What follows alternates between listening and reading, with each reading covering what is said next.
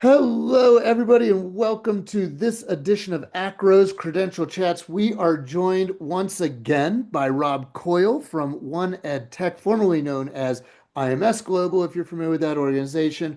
And Rob is a repeat guest on AACRAO's Credential Chats, similar for folks who watch SNL to our Justin Timberlake. Rob, welcome back to Credential Chats. Oh, thanks, Noah. Great to be here with everyone. Appreciate it.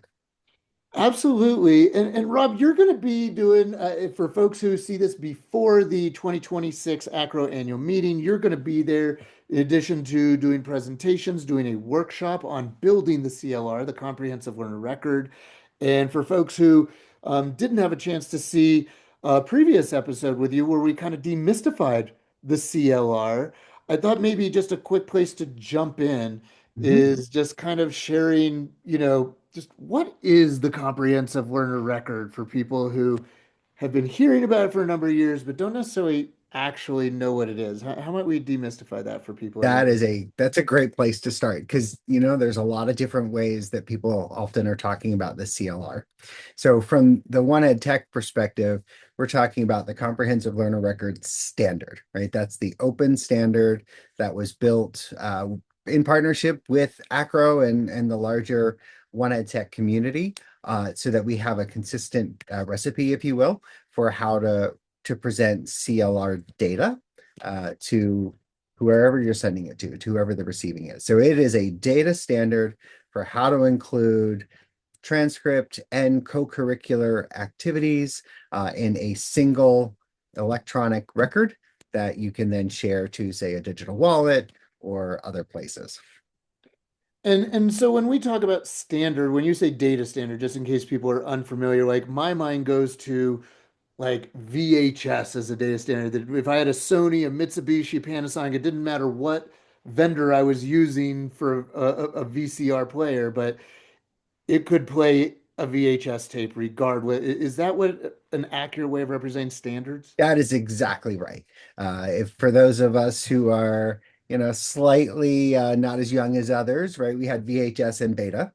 VHS devices could play any VHS cassette, regardless of which company produced it or which video was on it, right? It was that standard format, but they couldn't play the beta, and vice versa, right?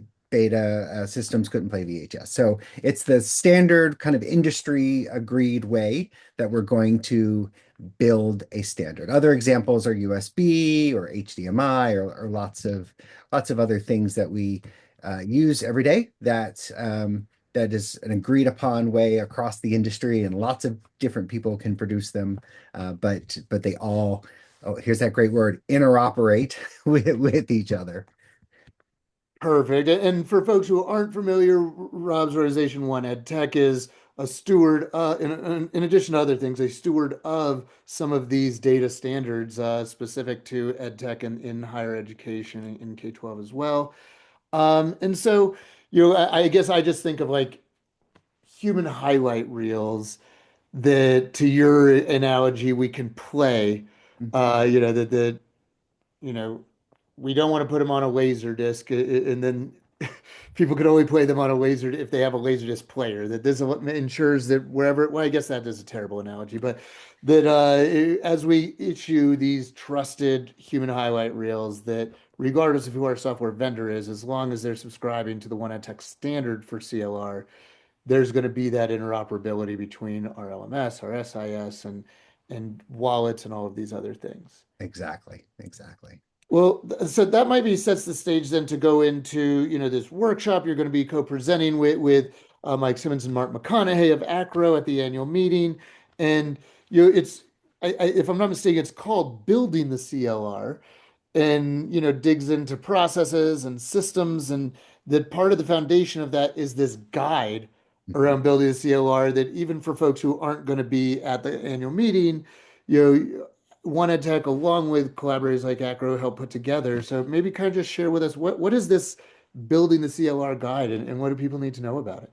Sure. So when we create any standard, we collect a variety of use cases and we try to create as a community the way to meet those use cases. The beautiful part of the CLR standard is there is a tremendous amount of flexibility in where you can put your data, how you can represent someone's, we'll say education journey for this audience. Uh, but that also creates some challenges because there's a tremendous amount of flexibility in where you can put some of this data. So we were having a conversation with AACRAO and with others in the One Ed Tech community around the fact that, for example, GPA, there were several ways that you could represent a GPA in a CLR. And we said, you know what, let's make this easier for institutions, for our registrars to figure this out, to know how to construct that CLR so that we're consistent. Even though the standard allows you to do things multiple ways and all of them are still okay, but if we can make it a little bit more streamlined, create a standard way to do those, then it should just make life easier. So we created what we call the CLR for U.S. higher education best practice guide. We really needed to focus in on specific use cases because, anyone who deals with international transfer knows Europe has their own system, and that's true around the world. So we focused on U.S. higher ed, and we built this. It's a best practice guide. You could call it a playbook that really defines where you put all of those data elements within the CLR standard. So hopefully it'll make it a little bit easier for everyone to map exactly where your data is coming from and exactly how to construct that within the CLR. And so what I'm hearing is this is not prescriptive, that for people who are embracing of local control and whatnot, that this does not trample on any of that. And Mhm. for people who are seeing credential confusion, and we hear the term Wild Wild West pretty often, this is sort of an invitation to say, if you don't want to have Wild Wild, if you want to start laying down railroad track, if you want to start having highways and things that are the same from campus to campus and state to state and everywhere around the country, here is one way that we can sort of come together and say, we're all using this best practices playbook. Exactly. And that's, we really try to call out that we're talking about a transcript guide because, as we know, a lot of institutions are various places along the spectrum of wanting to create CLRs or sometimes we talking about LERs on campuses, but not everyone is ready to do a full co-curricular, electronic transcript of everything that happens. Some institutions want to just start where they are with a transcript because we're already constructing those transcripts across higher ed institutions. So let's define a way that we can do that, right? Just take an existing transcript and put it in that CLR format so that our learners have all the benefits of the CLR and that portability of data, making them interoperable across systems. And then when we're ready, we can fold in additional, co-curricular type activities as well, but we can always just start with what we already know how to do. And here's the guide to help you do that part. I'm almost picturing like my aunt who has an Emily Post Manners book on of the exact way to set a table. Mhm. And that there's up to, I don't even know how many forks you can put on the table, different knives, different spoons, and where they go around the plate. Mhm. And that you can set a table with a single fork, but it still has a place where it goes, That's right. even if you're not using all the other silverware. Exactly. Right. Maybe you're skipping the shrimp course today. You're just going to go with the salad and the main meal, but there's still a sequence to how to do those, right? So you can include everything, but you don't have to. I think that's a great analogy. You're wonderful with the analogies. I just want to be sure that we're making sense of things. And you mentioned LERs, learning and employment records. And for anybody who's just got really confused, like, wait, I thought we were talking comprehensive learning records. What about these learning employment records? Please go back and watch Rob's other episode. But at the risk of oversimplifying, a CLR is a way of doing LERs. That's right. The LER is a more general term. I think of it as facial tissue, whereas CLR is Kleenex. Uh, That works. and but we also people have been hearing about some of this stuff for a long time, and so I think that a lot of people in the AACRAO and Credential Chats community will have seen Rodney Part's work at Elon College.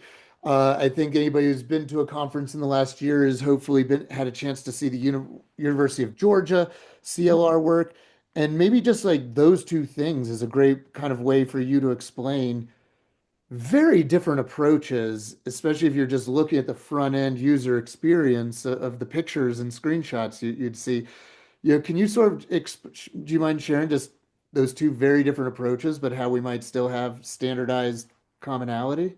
Well, yeah, so I'll be a little bit more generic. I don't want to step on their toes or misspeak. But yeah, you're right, right? There's a lot of ways to do them. Different institutions can adopt things different way. The UI UX can be very different for sure.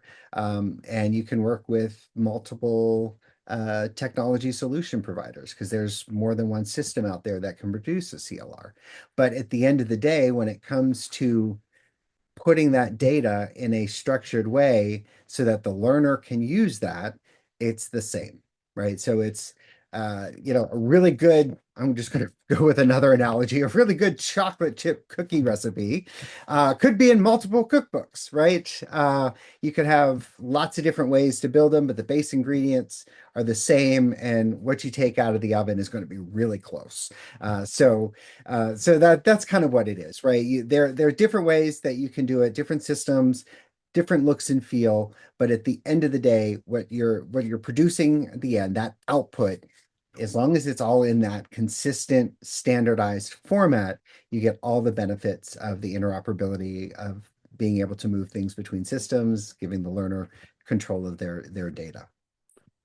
Perfect. And I apologize if that was a heavy-handed question there. I guess directly, I guess I'll ask what I wanted to ask then, and without using the proxies of those two institutions, is you just mentioned outputs on the input side, just for a registrar professional, enrollment management professional who's thinking, wait, does this mean that all of a sudden our office needs, like, is going to be required to be thinking about co-curricular activities or non-curricular activities? You know, is that what they're hearing? Is this an invitation to, you know, whatever the inputs what want to be, they can be? What should people, what's people's takeaway on the input side of things? Everyone's got a different perspective on what they want to do. There's a great resource out there, and I'll try to get it to you so you can share it in the show notes. It's building on a presentation that Mike Simmons has done, and I've co-presented that with him a couple of times, but it's called Who's at Your Table, basically. So who should you invite into those conversations with you?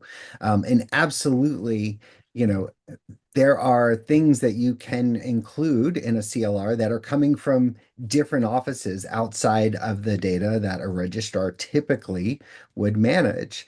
That doesn't mean that your institution has to do that or has to include that on day one. But having that perspective and inviting all of the campus stakeholders into the conversation is a great place to start because you want to make sure those perspectives are heard. But like any plan, any project, you can start small and then slowly start to build out there. And there's definitely opportunities for those partnerships to bring in lots of different data from lots of different sources, but you don't have to. You can start right where you are. We already know how to do transcripts. We're probably putting transcripts in an electronic format and not necessarily just mailing paper anymore or PDFs anymore. But we already know how to do that. We can start there. But when the institution is ready to continue to expand and increase the value to the learner, you can do that. But you can start adding value day one by just creating a CLR with the data that you already have. And I think that's just such a great way to just tie a bow around this, Rob. I think this has definitely set a new record for number of analogies in episode of AACRAO's Credential Chats. I appreciate you partnering with me on that unintentional power game that we just played together. Uh, folks, he is Rob Coyle, just one of the smartest and most helpful people in the space with One Ed Tech. Rob, thank you so much for joining us again on AACRAO's Credential Chats. Always a pleasure to talk. Take care. And thank you for taking the time and currency of your engagement to share these last 15 minutes with us on Credential Chats. And until next episode, folks, have a badge-worthy week. So long. Bye, everybody.